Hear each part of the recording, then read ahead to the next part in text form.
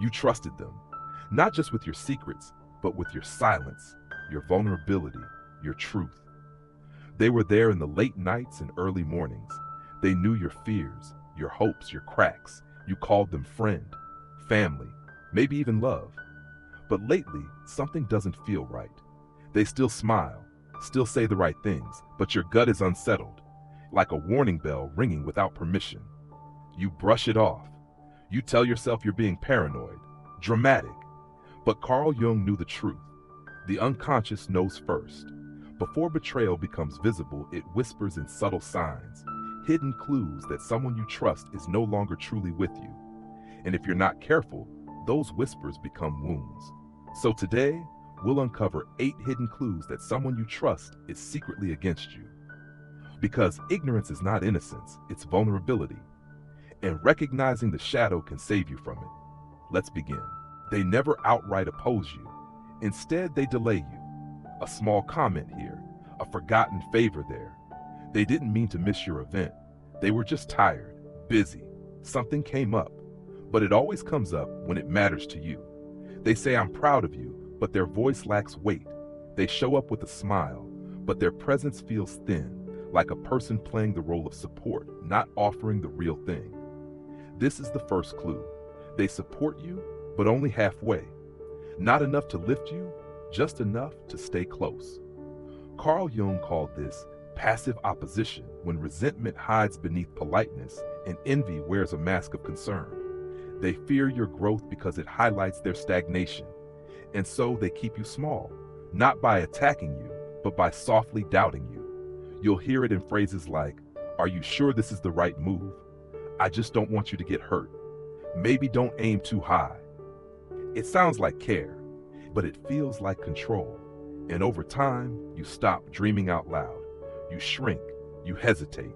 Not because you lack confidence, but because someone you trusted taught you to question it. Remember this, true support expands you. False support contains you.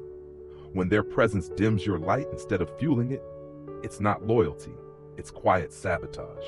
They mirror your language, but not your emotion. You tell them good news, a new job, a breakthrough, something you've waited years for.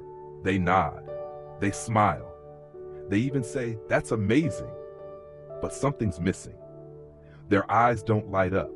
Their energy doesn't rise to meet yours. It's as if they're playing back your joy on mute. And that's the second clue, emotional absence in moments that matter.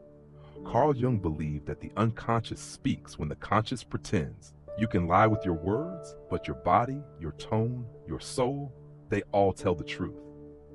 Real allies celebrate you. They don't just hear your success, they feel it with you. Their smile arrives before your sentence ends.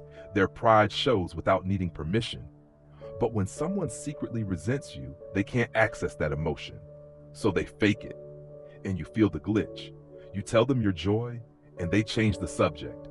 You send them an achievement, and they respond hours later with a cold "nice."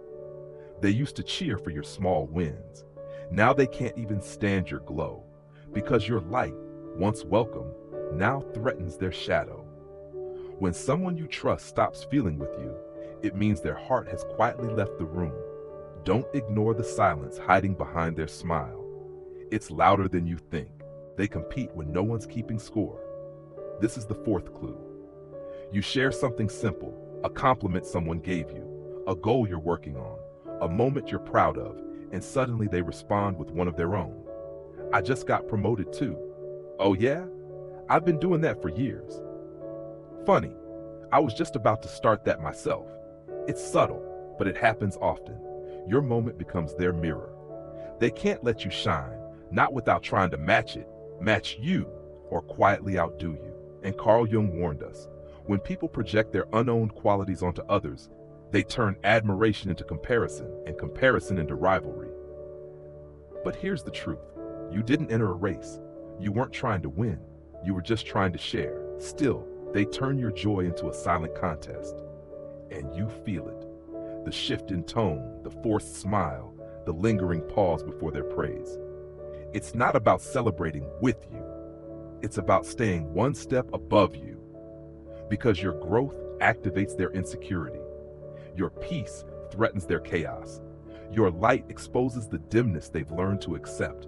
And rather than face that truth, they pretend that they're not threatened, that it's all harmless, that they're happy for you. But their actions betray them. Because if someone loves you, they'll clap for you when you rise, even if they're standing still. If someone is secretly against you, your success will always sound like noise to them. And they'll try to drown it out with distraction, with dismissal, or with a louder story of their own. They remember your mistakes but forget your milestones. That's the third clue. Every time you rise, they remind you who you used to be. The broken version, the one who failed, the one who wasn't ready. They never say it outright, but it slips in. Remember when you messed that up? Let's not get ahead of ourselves this time. Just don't make the same mistake again. And suddenly, your victory feels smaller. Like you're being allowed to succeed, but only under their conditions, only with their reminders of how far you've come from your failures, never toward your greatness. Carl Jung understood this well. He said, "What you resist not only persists, but will grow in size." These people resist your evolution, so they keep you locked in your past. They want you to remember the broken version of you, because that version made them feel safe. It's not about you changing, it's about them not changing. Your growth confronts their stillness. So they try to anchor you in old labels: addict, failure, dreamer. Too much, not enough. And if you're not careful, you start shrinking just to fit back into the box they're comfortable with. But you weren't born to be remembered by your lowest chapter. You were meant to rise, fully, unapologetically, and without asking for permission. So if someone always recalls your falls but rarely honors your rise, they're not reminding you, they're resisting you. They offer help, but it always comes with strings. This is the fifth clue. At first it seems kind, thoughtful, even generous. They step in when you're overwhelmed, give advice when you're unsure, offer resources, connections, guidance. But over time, their support starts to feel like a leash. Every favor is followed by a reminder. Every gesture carries quiet expectations. You begin to sense it, that you're being kept, not cared for. They say, "I'm just looking out for you. You'd be lost without me. You owe me for this one." Carl Jung called this the power play of the wounded ego, when someone gives, not from love, but from a deep need to stay in control. Real support is clean. It lifts you and lets you go. But false support traps you in silent debt. Soon you find yourself second-guessing every decision, seeking their approval before making a move. You fear disappointing them, not because they'll be hurt, but because they'll withdraw their help. And that's not support. That's manipulation. It's a slow trade, your independence for their affection, your voice for their approval. And before you know it, you've built your life on borrowed confidence. But the moment you try to step away, to grow, to lead, to breathe without asking, their true face surfaces. Because it was never about helping you. It was about having a place in your life they could control. Real love says, "I believe in you, even without me." False love whispers, "You're nothing without me." When help becomes a cage, it's not kindness. It's control wrapped in care. They speak kindly in front of you, but differently behind your back. That's the sixth clue. To your face, they're warm, polite, supportive. They say things like, "I've got your back, you can always count on me, you're doing amazing." But then, you walk into a room, the energy shifts, conversations pause, people glance, then quickly look away. You weren't supposed to hear what was said, but now you feel it. This is the quiet erosion of reputation, the betrayal that leaves no scars, only questions. And Carl Jung made it clear, people will do anything, no matter how absurd, to avoid facing their own soul. So instead of confronting their envy, their resentment, their insecurity, they displace it onto you. Not with violence, with whispers. They don't attack your actions, they question your intentions. "He's not really that humble. She's changing, not in a good way. I just hope they don't forget where they came from." It's jealousy in disguise, because while they smile at you, they need others to doubt you, so they don't have to deal with their own discomfort around your success. And the worst part? They'll call it concern. "I'm just being honest. I worry they're losing themselves. But what they're really doing is slowly poisoning the way others see you while pretending to cheer you on. True loyalty defends you when you're not in the room. False loyalty uses the room to quietly rewrite your character. And if you keep hearing secondhand comments, twisted words, subtle jabs, suspicious silence, trust this: their mouth may smile, but their shadow is speaking louder. They encourage your dreams as long as they stay dreams. This is the seventh clue. They love hearing you talk about your vision, your passion, your next big step. They'll nod, smile, even say, "That's perfect for you." But when it comes time to act, to launch the project, quit the job, move to the next chapter, they hesitate. Their voice softens, their questions sharpen. Are you sure this is the right time? Have you thought this through? Maybe wait a bit, just to be safe. At first it sounds wise, caring, grounded, but soon you realize their support only exists in the idea stage. Because the moment your dreams begin to take shape, they subtly resist. Carl Jung said, people will do anything to avoid facing their own shadow. And your action, your courage, your boldness forces them to confront theirs. As long as your dreams stay unfulfilled, you remain someone they can manage, relate to, even feel superior to. But the moment you rise, the moment your dream becomes real, they sense distance. Not because you've changed, but because your evolution threatens their inertia. And so they delay you, not through conflict, but concern. Not through argument, but advice. They'll tell you they're just being realistic. They'll say they want what's best for you. But if what's best for you means stepping beyond their comfort zone, they'll pull you back. Not with force, with fear. They'll feed your doubt, water your hesitation, and call it love.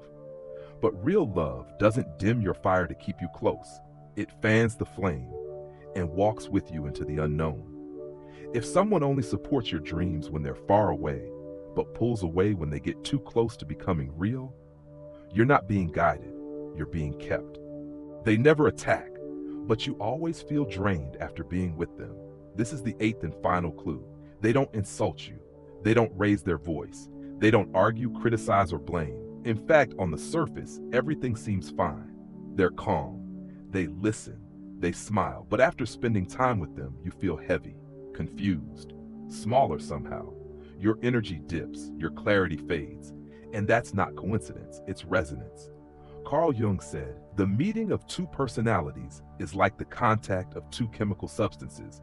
If there is any reaction, both are transformed. But here's what he didn't say. Sometimes one is transformed while the other is depleted. That's what happens when you trust someone whose internal world is chaotic, resentful, or envious, but masked with politeness. You're not reacting to their words, you're reacting to their energy. Their presence feels hollow. Their validation feels off. Their connection feels disconnected. You feel like you're always on around them, always monitoring, measuring, adjusting. That's your nervous system trying to protect you. Because long before your mind has proof, your body feels the truth. They never say they're against you, but everything about their presence says you're not safe to be fully yourself. That is the deepest betrayal, the betrayal of emotional erosion, not through conflict, but through dissonance. So trust the fatigue, trust the tension, trust the version of you that emerges when you're with them. Because if you're always smaller, more guarded, more uncertain in their presence, that's your soul whispering, this person is not for you. Not everyone who walks beside you walks with you. And sometimes the ones closest to your heart are the very ones quietly weighing it down.